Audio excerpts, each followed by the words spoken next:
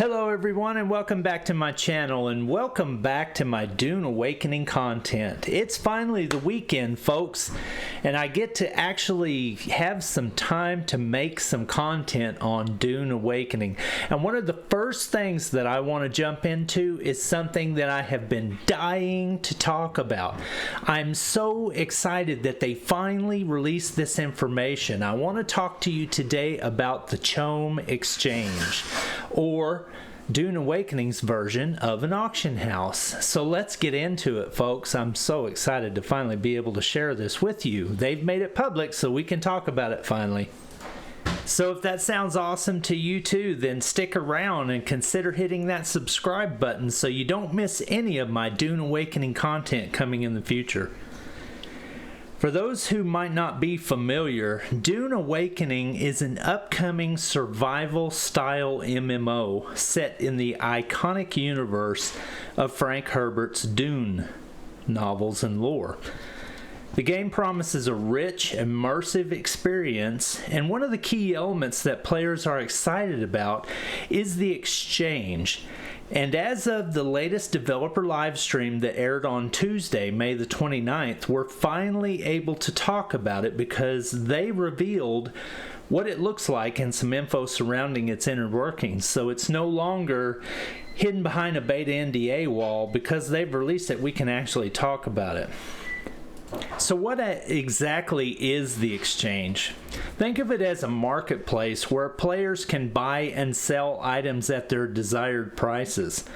Whether you're looking to offload some rare gear or snag that elusive weapon or tool or a schematic for those items to where you can craft it yourself, the exchange is where you're going to want to be. It's similar to auction houses in other MMOs, but it has a couple of unique twists that fits the Dune universe really well.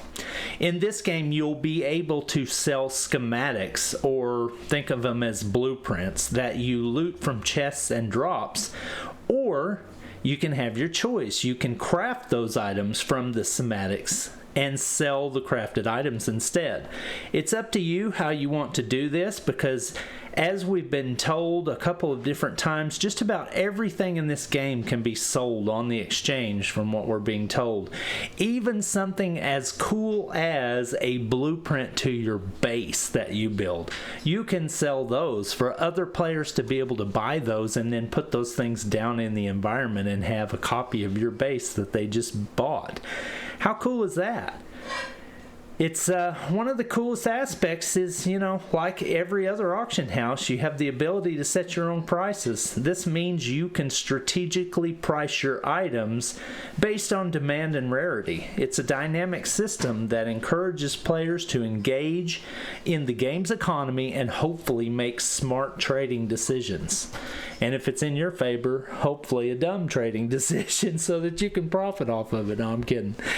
But let's go ahead and watch what they revealed about the exchange system and hear what the developers themselves have to say, and then we'll kind of look at it a little bit in more detail, and I'll give you some more trading strategies that will help you do well on the exchange when you finally get in game and can start to sell that sweet, sweet loot.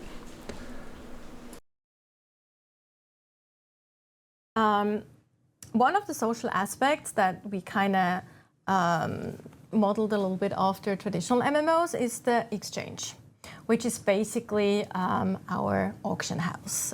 Joel, you want to go a little bit more into what that actually looks like? Sure. I mean, you can probably see it on the screen right now, hopefully. Yeah. And so, it's like, this is one of the reasons why we think Dune pushes a little bit beyond your average survival game, because we have this worldwide, and when I say world, I'm talking about our definition of world, which is battle groups in other games. It's kind of a definition where we have a bunch of these sietches, which are the servers, and they all connect to a single world, and within that world there's a single exchange, which means people are able to sell and buy things off the exchange across these spaces, which means that you can, obviously it's standard thing, people have seen it in MMOs for a long time, but the cool thing about our game is we have these dynamic elements that can be bought and sold on the exchange. And we really tried to bring to focus some of the things from from the advantages that this type of game has. For example, freeform building. So you'll be able to craft the buildings, as you saw earlier, save them to the replicator that we showed, I think, in the earlier part of the live stream. And then you'll be able to go to an exchange, preview someone else's building sets, and then purchase them, bring them home, and then place out your own buildings. And obviously fill them in. So kind of the idea here is that we have this dynamic content. It means that people who play this role of architects, which is something that we've seen as I think a new kind of play style that comes out of these kind of games, these survival, open world crafting games. People who are architects are actually able to make a living, hopefully, by selling really cool designs on the exchange to other players. And of course we'll have people who make beautiful, artistic things like the scorpion we saw that was really cool and stuff like that. Yeah. And, then we'll also have people who are like sweaty PvP raiders who are really like making their honeycomb boxes to put out in the deep desert. So hopefully, this creates some sort of economy around this, and that's kind of one of the coolest things about our exchange. Yeah. I also think it's really cool because, again, if you don't like to build, you can just go there and get something really cool if you wanted to. Maybe you want something, but you don't want to spend the time to actually design it. So I think this is a very, very cool feature. And there is, of course, other things that you can as well. So another really interesting sort of dynamic thing that you can put on the exchange is in our cartography system, players go out and they survey, and we've talked about this a bit. You go and survey areas, and when you have surveyed an area, you can basically print out a sync chart, which is obviously a name from the lore. Print out a sync chart of the area that you've been surveying, and that basically fills in all the resources and all of the things that you've seen on the map. You can go to the exchange with a printout of your sync charts and sell those sync charts to other players. So it's, for Haggard Basin South, the starting region, the areas are fairly set. But of course the deep desert resets every week. And there are 81 different zones in the deep desert that need to be basically set up in this way. Yeah, surveyed and printed out. So we see this as kind of an activity that we'll see players doing, right? Both, in a guild, you probably have dedicated scouts who go out, survey the deep desert, try to get as much of the resource information as possible, bring it back and hand it out to their guildmates. But in addition to that, we'd also expect there to be independent contractors, people who go out to the deep desert, survey, and then sell their maps on the exchange. And hopefully you can also get a reputation as being someone who's very thorough, someone who does a good job of the cartography loops of the game. So people start to recognize, okay, this person's a good cartographer. I'm going to buy their maps. They're generally up to date for the week and they're generally in good shape. So hopefully, again, just like the architect, we want that to be a style of play that people can really lean into. It's the same with cartography. We hope that there are scouts and people who lean into this map-making side of the game. So also, as you just mentioned, Deep Desert is so huge. Even if you're a big guild, you won't have time or the resources to actually really survey everything. And maybe you don't find that spot that has super saturated resources. And then someone actually goes out. It might be a single player that isn't even it might even be a PvE player that might just try to sneak around all the PvP stuff, and they still have the opportunity to kind of make a dent here and be important in the context of everything, especially the deep desert. So I think that's pretty cool. And then we can also talk about the explorer, for example. That's also another thing that there's an opportunity for explorers here as well, of course. Sure. So we have the unique schematic system in the game. We've talked about this as well, where players are able to find unique schematics, but they're limited creation runs. So you can only create the item that you find in the unique schematic one time. So you want to find multiple versions of the schematic in order to save that up and then craft more. So if you go and find a very rare schematic that nobody else has found, you can make a choice. You can either sell the schematic itself on the exchange to another player, which they can then obviously purchase and craft, or you can craft the item yourself and sell that on the exchange. So you also have this choice of how to approach putting things on the exchange, whether you want to be known as the person who crafts this very specific rare thing, or whether you want to be, someone who just sells any interesting schematics you find on the exchange for other people to pick up.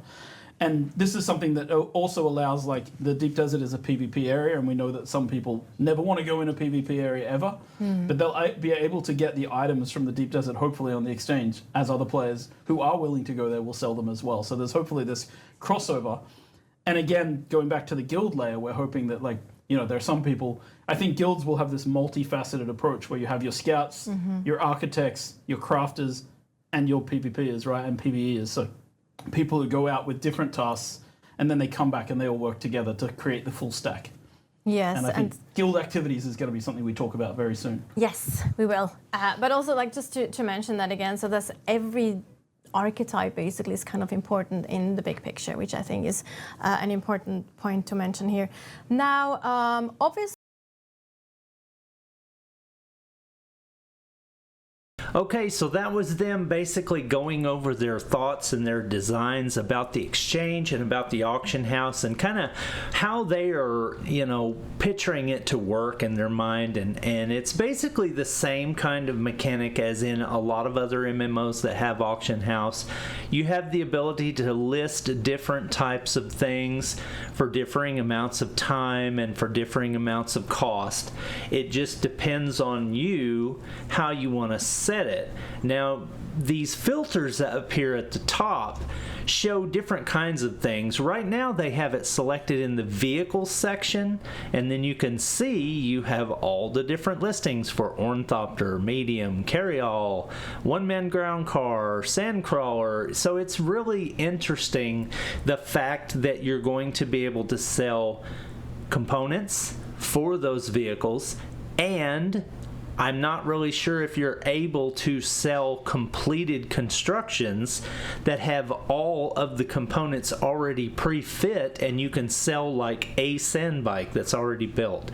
I'm not really sure if that is a thing or not, because right now when they're looking in the vehicles section, you're seeing components listed here, and it doesn't really give you kind of an indication on whether or not you could sell a completed item. But if you can't, that's still okay, because you can buy the item piece by piece, and that may actually be more to your liking to do that anyway, because then you can get the actual type of pieces that you want, because certain pieces are going to have differing abilities and differing kinds of types. You know, like this one, you know, this one thing that's a storage capacity unit may have plus 10 to storage, whereas a lower tier rarity one may just have plus 2 to storage. Or, you know, that's just a rough example, but you get what I'm meaning there.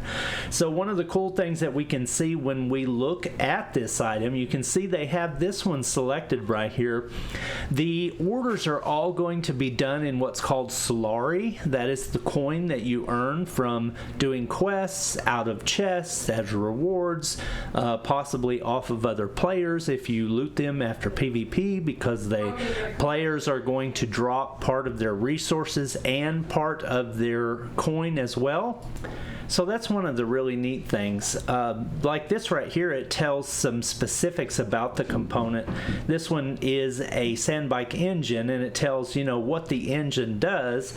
It also gives you a type class, and it probably has a rarity attached to it. Like, I'm not really sure what the color of rarities are in this game, but I'm sure there's something like a, you know, a blue or a green or a purple or an orange or whatever, you know, for like normal, epic, legendary, however they have it set. I'm not really sure, but it shows, you know, the specifics of the item. So that's really neat. You can see a price total here that this person has it set at, and they have it on an expiration of what looks like, I guess that's a parentheses in front of it, so that would be 2 days and 0 hours and 13 minutes. Don't know what the maximum set time is or the minimum set time is. That's hard to kind of gauge off just some random screenshots, but we see down here 11 days, so it looks like you could possibly go up to at least close to 12 days or so. I don't know, it's tough to say. But these filters up here would be really nice to be able to see these different types. And as we go on through and watch them talk just a little bit more about it, we'll be able to kind of see some differing pictures about some differing items. Let's kind of look through it just a little bit more. Okay, here's an interesting one. Now we're into the utility category. We were in the vehicles category over here, and I guess this is kind of a little steering wheel. Now we're seeing the utility, and that's going to be things like tools, scanners, you know, harvesting tools, cartography tools. It looks like you have gathering tools, hydration tools, deployables, building tools. So it looks like we have quite a bit of categories for all of the utility sections. So that's going to probably be a very popular one. You got binoculars, handheld scanners, long-range scanners, sync charts, which are their name for their maps that the cartography people will be able to make and sell. So these are some really interesting items to see here, to finally get to see some of this stuff listed. I'm really excited about this. Let's watch just a little bit more and see if we can see some of these other things. First, they had it on the buy, and now they have it on the sell, so you can see that this is the ability screen where you would be able to go in and be able to list your own item. I guess it shows you the items you have in your pack, because it looks like it says backpack right here, so that's probably what you're carrying that's in that certain category as tools or whatever. And we see here that this is a schematic for a buggy cut array and a schematic for a young Sparky MK6. So it's really neat that you can sell the schematics and the crafted items. That's a unique thing about this game in comparison to other games that I've played before that only allow you to sell like the complete crafted items or something, and you don't get the opportunity to sell like the schematics or something that you just learn and then you just know. But these are the chance for you to get the drops of the schematic and the item. Now, why would you want to make a difference between those two? Well, it comes down to what you're looking to do and basically how much resources you have. Because if you can look right here, you can see the components of this item. The buggy cut array is going to take all this stuff to make it, okay?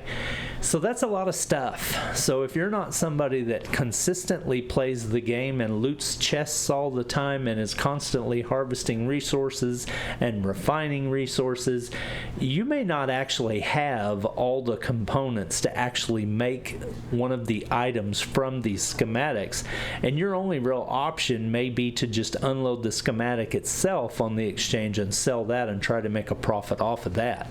Now that's going to be great as it is, but it typically lends, the thought to when you craft the item and you spend all the components to make it, you're going to be able to command a higher price for that item itself on the exchange. That's just the way it works, because if people have to buy this and then craft it themselves, then they're going to have to come up with all this. So it just stands to reason that they're going to want to pay less for a schematic that they have to actually turn into an item themselves, rather than just let somebody else do all the work and then they just buy the item. So the item itself will usually always command a higher price. So that's kind of the distinction between selling schematics and selling a crafted item. So this is really interesting right here. I guess this kind of answers the question we had earlier about how small of a time period and how long of a time period can you list an item. We see this goes from 1 day to 14 days. And like most exchanges work, this is probably going to be similar, and we'll probably see this here in just a second. When they raise the counter on how long an item stays on the market, it's going to cost more. So the exchange fee and the listing price is more than likely going to go up as they lengthen the time that the auction is going to last for. So let's see if it shows that. Yeah, and you can see as the price per unit goes up, so goes up the cost, and then as you bring it up to a longer auction, it does raise the exchange fees as well. The price per unit, the player set at 100,000 Solari, and the exchange fee is going to be a certain percentage out of that, plus a certain fee for the amount of time for the auction listing. And then you can see that they have insufficient banked Solaris to probably cover this right here, because usually when you list an item, you're not required to pay the total cost that you're asking for it. You're only asked to pay the exchange fee up front. That's how most auction houses work. So if he doesn't have enough banked, then he's going to have to either drop the price or hang on to it till he's got a little bit more in the bank to be able to sell it. So that's interesting, because that shows us the selling screen mechanic to allow you to set an auction. Then he's got it set for the amount of time he likes. He puts it up for sale, and then boom, now it's on his list. Then you can look at my orders. You have no completed orders available. Buy or sell items on the exchange to view completed orders. So I don't know if this means if you've bought things, they show up here for you to then come and collect, or if you have listings that you've made and they've sold, maybe they show up here. It's one or the other, or a combination of both. It's not really clear, what that's going to be. It's my orders, though, we know that. So here we're seeing a screen again of their item that's listed. Now let's see if they'll put us into a different category. They're looking at cartography tools now. So we see again, I think we already looked at this screen though, so this is nothing new, but the ability to see the sync chart in the listing is really cool. These are the maps that players are going to be able to make. And that's one of the things that I said about this exchange that's really unique in the Dune Awakening environment, is the ability to sell blueprints of your houses, the ability for cartographers to actually make maps and sell them. And then here's the items that you would need to actually make the maps, the survey probes. So looks like you're either gonna have to buy those or build your own so that you can make maps. That's really cool to see. So it looks like there's a lot of market for a lot of different things. Not just in some games that, you only have a market for resources and that type of thing, but you also have a market for schematics, resources, crafted items, you can sell water, which is very precious in Dune. And then here we go. We have a view of the tool called the Solido Replicator, and that is the building tool right here that allows you to save a copy of your base blueprint on it and then list it on the auction house for sale. And when somebody comes and they says, I'm looking for a base, and they go through and they look at all the different Solido replicators that are for sale, they can look at a view of the base that's stored on it, so they can get an idea if that's something that they want to build. And it's going to kind of be a little difficult at the start for most people to kind of imagine the size just by looking at this little hologram of the building, but I think once we get used to seeing these structures in game, we'll know that this is like 1, 2, 3, 4, 5, 6, 7, 8, 9, or 10 wide or something like that, so you can kind of get an idea about the size. So anyway, this is really cool, and it's really exciting to see this kind of stuff. We have been wanting some info. Ooh, that's a really neat looking base. That might be a really cool base for like a deep desert fob type of setup. But anyway, we've been wanting to see this information for so long. At least I know I have, because I'm a big economy nerd, and for me to see the exchange finally see the screens of the actual interface of the exchange, what you can do and the options you have, it makes me really excited. I'm really happy to see this. So let me go ahead and talk to you about some trading strategies while we kind of watch the rest of this video. If you're going to do well on the marketplace, you need to adopt some basic trading strategies. And from my time playing MMOs and using exchanges and economies, I've kind of learned these things, and they hold true across all games that I've played that have a marketplace. And they seem basic, but they're actually really critical to helping you do well. The first one sounds really simple. It's just know the market, okay? You need to keep an eye on what items are in high demand. Prices can fluctuate based on players' needs and the economy, so stay informed about what's going on. If there's a big PvP tournament fixing to go down, then obviously PvP supplies would be in high demand. And that's just an example of things that you can do to know the market. That's the first tip, know the market. The second tip that will help you do really well on an exchange or an auction house is to remember that timing is key, okay? You need to list your items during peak hours when more players are online. Especially if you're expecting a quick turnaround on an item, you need to list those items during peak times when everybody's playing. And that will increase the chances of your item being seen and sold quickly, because it does nobody any good to have an item sit on an auction house for 14 days. You want stuff to turn around quickly. And one of the reasons why I say you want items to turn around quickly is because on a lot of marketplaces and exchanges, you'll usually run into a limit on how many items you can list, and you may not want to have your items tied up with sales that are going to take 14 days to complete. You know, you may want to just pay attention to timing, because that's going to be key. The next thing that you want to keep in mind is that you want to set competitive prices. You want to research the going rate for items similar to yours. That means doing a little bit of research. Do your homework a little bit.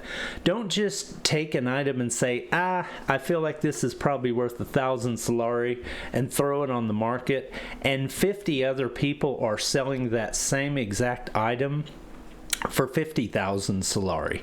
Because what you've just done is you've just thrown a gimme up there on the auction for the other people that do their homework to snatch up and then turn around and flip for about 50%, 50 times what you sold it for. So you don't want to cut your own throat by doing that.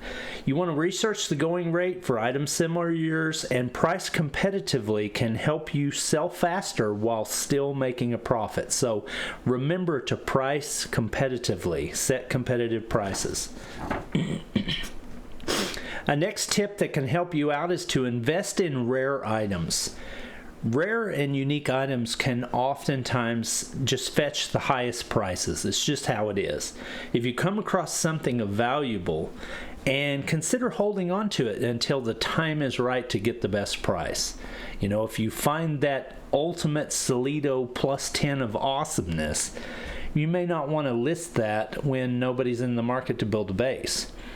When a server is freshly dropped, or when something like that that's relevant to that item is going on and people are all about building bases, maybe that's the time to list that item. And it's just a silly little example. It doesn't mean anything, but you kind of get what I'm meaning about investing in rare items and then looking for your timing.